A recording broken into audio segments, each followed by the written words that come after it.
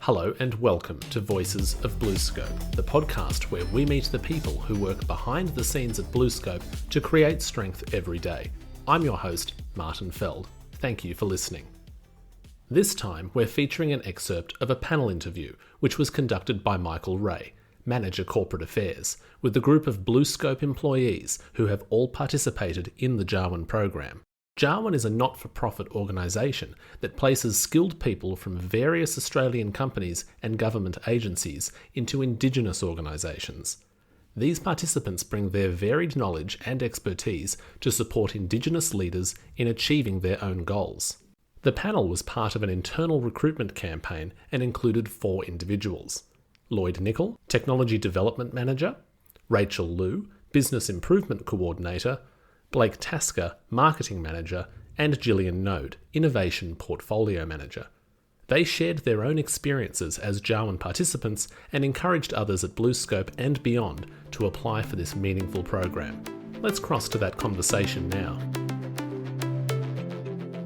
We might just do a quick introduction just to introduce who you are and what part of the business you're from. Yes, my name's Lloyd Niccol. I'm a Product Innovation Manager in the Product Innovation team. I was in the 2017 round of secondees in July, so almost 4 years ago. And I worked with a company called RASAC, which stands for the Regional Anangu Services Aboriginal Corporation. Fantastic. And we might move along the panel here in order. Rachel? Awesome. I'm Rachael Lew, Business Improvement Coordinator for BBC. I went same time as Lloyd in July 2017, and I work for an organisation called Purple House. They provide dialysis services to Indigenous patients who are based in remote areas of Central Australia. Blake Tasker, I'm the Marketing Manager in Building Components. I'm based up in Sydney in New South Wales. My secondment was a little over a year ago now, right before COVID in February and March 2020. I was with an organisation called Central Australian Aboriginal Congress. They're a healthcare and public health organisation based in Alice Springs and in 5 remote communities out of there. And my project was based around their communication strategy. And I'm Jillian Noad. I'm the Innovation Portfolio Manager in the Kipper part of the business. I was on secondment 3 years ago, almost to the day, with NPY Women's Council. And so I think secondees 3, 4, 20 and 9 here today with you on the panel. My project was about management systems and helping Women's Council achieve certification in a management standard in South Australia. Fantastic. Now, we're going to explore some of those experiences a little bit more, but before we do that, we might just start with Lloyd.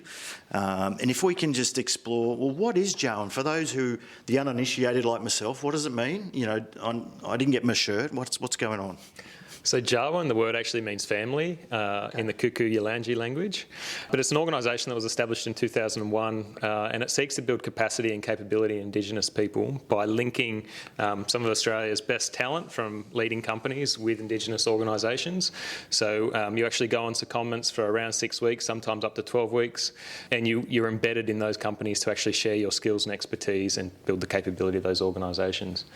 BlueScope's been involved with Jawun since 2017, yep. and we actually send our secondees out to Central Australia to live in Alice Springs, but to service the NPY Aboriginal community, so the Nunanjara, Pitjantjara, Yunkanjara people.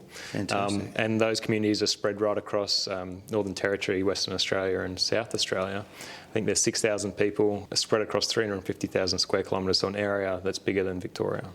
Wow. And do we know how many BlueScope alumni have been through the program? We've had 29 secondees all up, but very 20 good. In-person or placement secondees, yep. And 9 virtual there's 1 active at the moment, so that'll be the 30th. And the virtual ones are obviously because of COVID last year? Yes, very much, although it's now going to be, I think the virtual program's being expanded to augment the in-person process. Fantastic. We might go to Blake now. Blake, have you got an experience you can share with us from your secondment? I think the general observation I'd have would be just around adaptability. So I think the whole experience can really be summed up through that one word for me. My project required me to talk to a large number of different people within this organisation, which was quite a sizable organisation for the ones in comparison to a lot of secondees get put in. And the process I had to go through was really build rapport with a lot of people and understand and adapt to that situation of how to build rapport with a lot of different stakeholders, both Indigenous and non-Indigenous. And then I guess carrying forward that theme of adaptability, at the tail end of my secondment was the start of COVID in Alice Springs, or in the world.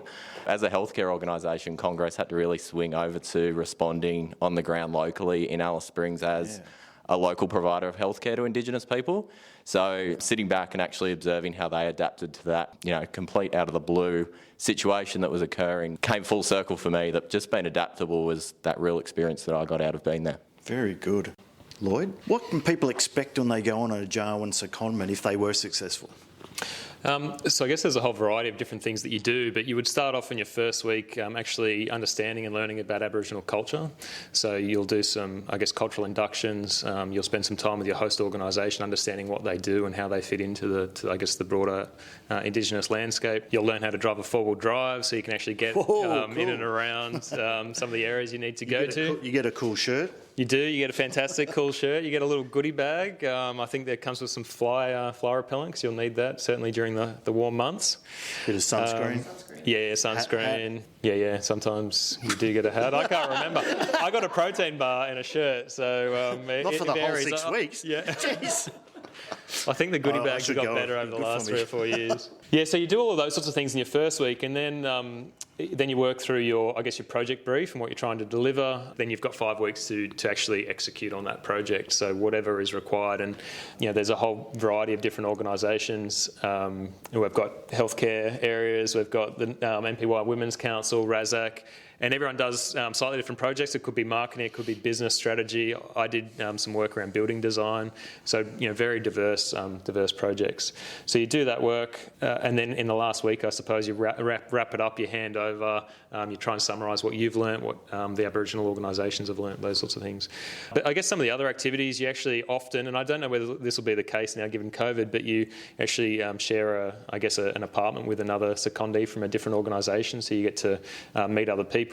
On weekends, you get to have a lot of fun exploring, the area around Alice Springs, so the McDonald Ranges. Rachel and I actually went out to a remote rodeo at one stage. It was really fun. So there's lots of diverse experiences you can do, and also in and amongst that, if you're lucky, you also get to spend some time down on some of the Aboriginal communities. So in my instance, I think I had 3 trips down to a town called Pukaja, also known as Ernabella, and I got to spend quite a number of days down there, which was quite incredible. It's fantastic. Sounds like you get a real immersion into the culture and the whole experience, which is fabulous. Now, Rachael, 5 weeks to deliver something, bit of pressure. You're on a sprint really to try and turn something around for the local communities. From a professional development point of view, what did that do for you and what did you take out of it? Yeah, actually, that's a really good question, Michael. My project was initially to deliver a strategy for maximising the benefit for some government funding for dialysis treatments with the Indigenous population. And part of the way through, it was pretty evident that the money just wasn't locked in, so I actually wasn't able to deliver my project. And so from a professional standpoint, I think my personal default is always to build a bit of a plan and to sort of follow through with an objective. And so it was a bit challenging initially to not be able to navigate that space, but what happened in that secondment was pretty awesome for me, where I just learned to develop that confidence of being in a situation where something didn't go to plan, and then really just taking a moment to reflect and then reframe to drive a better outcome in that particular situation. So that was my little takeaway from professionally. It's a great learning, isn't it? It's you can carry that forward throughout your career. And Blake, the whole Jawun program's really built about First Nations people and community impact. What did you see on the ground that Jawun and your particular project, how you helped the local community? Yeah, so I guess as Lloyd alluded to, the first week was a real eye-opener because you got to go around to all the different organisations that a secondee was getting placed in during that round. So initially you get a really good perspective on how all these individual organisations are fundamentally working together for the same common cause to improve the outcomes for Indigenous people. So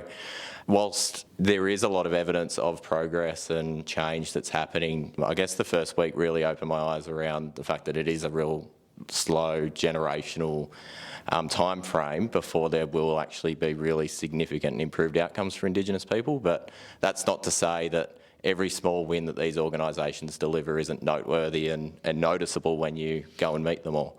I guess my project was very much focused on helping Congress articulate what it did to an organisation, both to its stakeholders on the ground in Alice Springs, which is essentially patients and Indigenous people who need basic medical services, all the way through to government in Canberra and in Darwin, where they get funding streams to run all their different programs. So it was a really interesting project from my perspective to be able to see the breadth of this organisation, both in ways that it reached, that engaged the local community in Alice Springs, who they're trying to encourage to come in and get access to healthcare, but equally how they position and articulate themselves in what is a competitive funding environment in order to get funding from government. Fantastic. And we might go to Jillian for the final word. What can the secondees expect if they were successful? I remember when I went to Alice Springs a few years ago and turned up and the taxi driver had a jumper on. It was 40 plus degrees.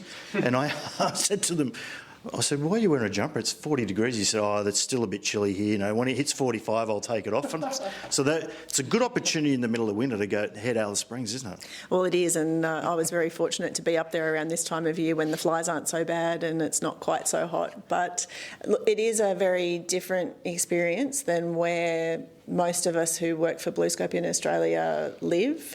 I grew up in the country, so I had probably a bit more insight into what to expect.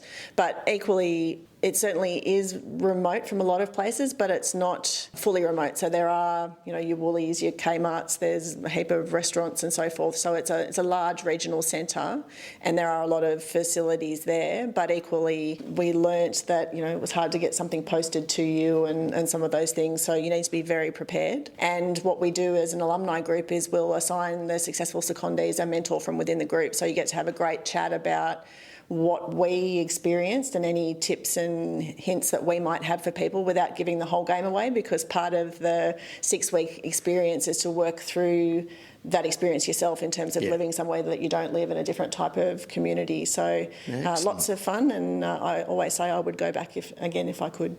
Fantastic. Now we'll do a quick whip around. One word to sum up the Jawun experience. You're on the spot here, come on. On the spot, I would say transforming. Excellent. This is tough. Adaptable. Adaptable. Connection. Connection. Trust. Fabulous. You've heard it from 4 amazing alumni for the BlueScope Jawun program. Thanks so much, guys, for coming along. And look, for anybody out there, it sounds like a fabulous opportunity. Have a go. It sounds really, really good. We hope that you enjoyed that insight into the Jawun experience and BlueScope's involvement in the program. Thank you to Lloyd, Rachael, Blake and Jillian for sharing their stories and time with us. Make sure to visit the show notes to learn more about Jawun, along with some of the organisations and places that were mentioned.